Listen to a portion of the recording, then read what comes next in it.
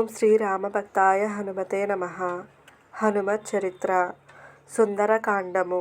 హనుమంతుడు అశోకవనమును పాడుచేయుట.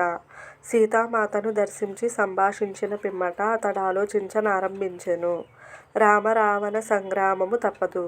ఇచ్చట వాతావరణమును సమగ్రముగా నర్థము చేసుకొననిచో ప్రతీకార మార్గములు కానరావు. సరే, భగవత్ కార్యము పూర్తి అయినది. ఇక వీరి బలాబలములను చూడవలెను, అనగా వారితో యుద్ధము చేయవలెను. దానికి కారణమేమి? నేను వానరుడను కదా, ఫలములు తీసుకొని తినెదను, కొన్ని కొమ్మలు విరగగొట్టెదను. ఈ దుష్టుల నుత్తేజపరుచుట కింతకు మించిన మార్గము లేదు అని నిశ్చయించుకొనినాడు. అందులకు జానకీమాత కూడా అంగీకరించినది. హనుమంతుడు అల్లరి మొదలుపెట్టినాడు. తత్ఫలితముగా ఉద్యానవనములో అనేక వృక్షములు నాశనమైపోయినవి. కాపలాదారులు పారిపోయిరి. అనేక మంది రాక్షసులు హతమైపోయినారు. ఒకే ఒక ముష్టిఘాతముతో అక్షయకుమారుడు శాశ్వత నిదుర చెందెను. లంకా నగరమంతయు కోలాహలముతో నిండిపోయెను. రావణుడంత మహాపరాక్రమశాలి తన జ్యేష్ఠతనయుడు అయిన ఇంద్రజిత్తును పంపెను. హనుమంతుని దెబ్బలకతడు తట్టుకొనజాలక బ్రహ్మపాశమును ప్రయోగించెను. బ్రహ్మవరానుసారము హనుమంతుడు బ్రహ్మపాశముక్తుడైనను దానిని అవమానించరాదనియును కార్యసాధన కొరకును ఆ బ్రహ్మపాశ బంధితుని వలె నటించుచు రావణుని సభ చేరి శ్రీరామ మహిమను గానము చేయదలిచెను. అందుచే స్వయముగా బ్రహ్మపాశమునకతడు బద్ధుడైపోయెను. రావణ సభలో రామదూత. ఇంద్రజిత్తు మహానందముతో అతనిని రాజసభలోనికి తీసుకుని వెళ్ళెను. అక్కడికి చేరుచుండగనే బ్రహ్మపాశము హనుమంతుని శరీరము నుండి విడివడిపోయినది. రావణుని సభలో లోకపాలురు, దేవతలు, దిక్పాలురు చేతులు జోడించి నిలిచియుండుట రామదూత చూచినాడు. సూర్యుని ప్రకాశము మందముగానున్నది. వాయువు మృదువైన వీవెన వీచుచున్నాడు. అగ్నిదేవుడు రావణాదేశము కొరకై ప్రతీక్షించుచున్నాడు. అందరికందరూ రావణుని కనుసన్నలలో మెలుగుచున్నారు. మారుతాత్మజుడు నిస్సందేహముగా ధైర్యముగా నిలిచినాడు.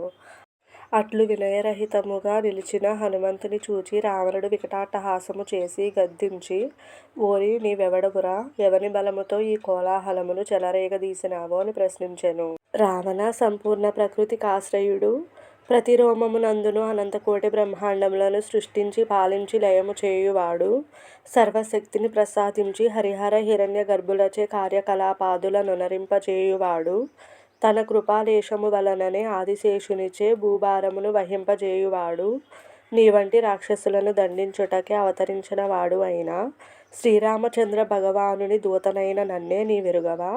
జనకుని యాగములో నీచే ఈషన్మాత్రమైనను కదల్చబడని శివధనస్సు నవలీలగా భంగము చేసిన శ్రీరామచంద్రునే విస్మరించితివా?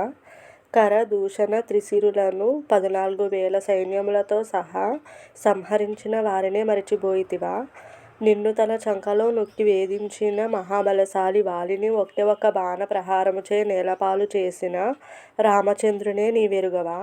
రావణ, నీవాయనను మరువగలవు, కాని ఆయన మాత్రము నిన్నెప్పటికీ మరువజాలడు. ఏ మహనీయుడింట లేని వేళ కపట వేషధారివై మోసముతో వారి ధర్మపత్నిని నీవు అపహరించి తీసుకుని వచ్చినావో, అట్టి రామచంద్ర ప్రభువును విస్మరించినను నీవు బ్రతుకజాలవు. నేనా మహిమాన్వితుని దూతను, నన్ను చక్కగా గుర్తుంచుకొనుము. అచిరకాలములోనే ఆ మహాపరాక్రమశాలి నిశిత శరాగ్ని జ్వాలలకు నీ లంకయంతయు భస్మీపటలమైపోగలదు. నీ సభాసదులు నామరూపములు కూడా శేషించవు అని హనుమంతుడు మేఘ గంభీర ధ్వనులతో బదులు పలికెను.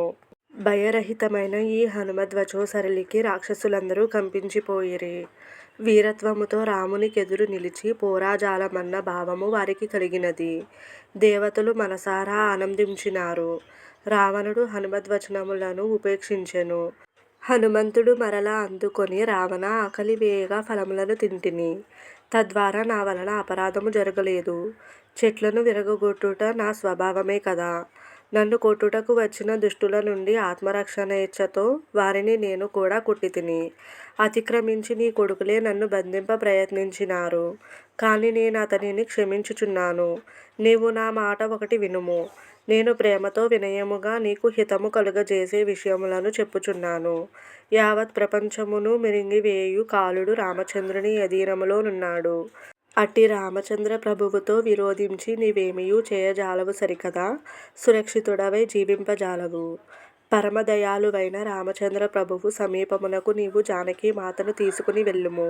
ఆ మహనీయుడు శరణాగతుల అపరాధ సర్వస్వమును విస్మరించి క్షమించును. వారి శ్రీచరణములను శరణు వేడి ధ్యానించుము.